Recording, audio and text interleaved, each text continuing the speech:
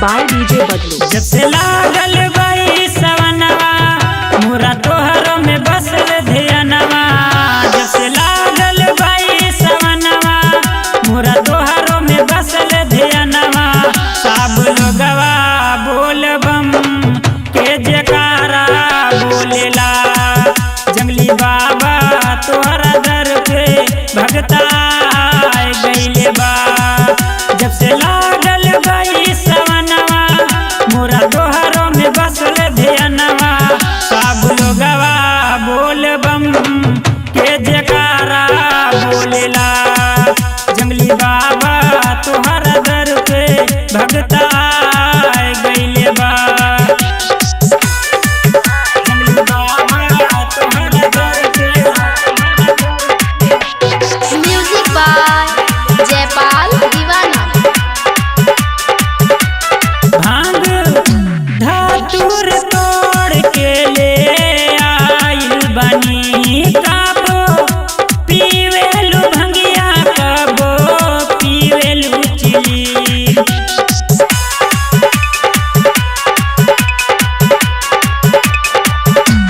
भांग धतूर तोड़ के ले आइल बनी। कबो पीवेलु भंगिया कबो पीवेलु चिली।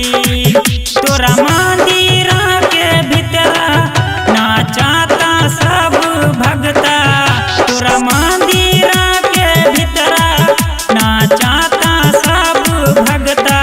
झूम झूम के बोल बम के जयकारा बोलेला। जंगली बाबा तोहरा दर पे भगता गइले बा।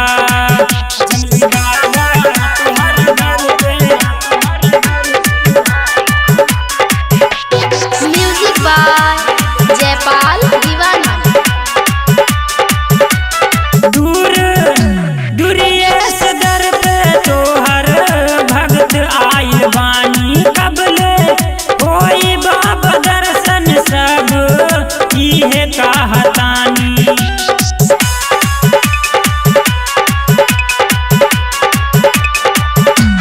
दूर दूरिये से दर पे तोहर भगत आइल बानी। कबले होई बाबा दर्शन सब इहे कहतानी।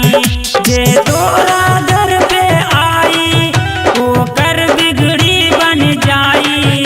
जे तोरा दर पे आई ओकर बिगड़ी बन जाई।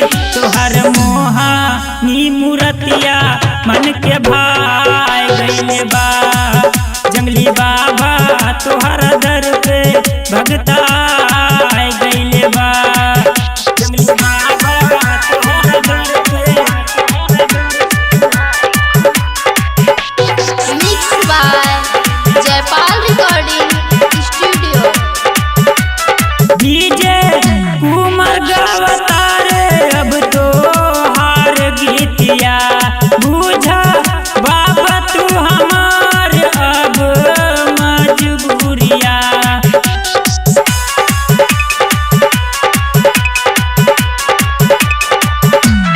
डीजे कुमार गावता रे अब तो हार गीतिया। बुझा बाबा तू हमार अब मजबूरिया। जाके पूछ लिहा जयपाल से बस गइल तू हमरा दिल में। जाके पूछ लिहा जयपाल से बस गइल तू हमरा दिल में। तोहर चारों में जिंदगी सब गुजार देले बा। जंगली बाबा तोहरा दर पे भगता गइले बा। मिक्स बाय डीजे बदलू। एड्रेस इमामगंज चौराहा ग्राम चंदीला कला।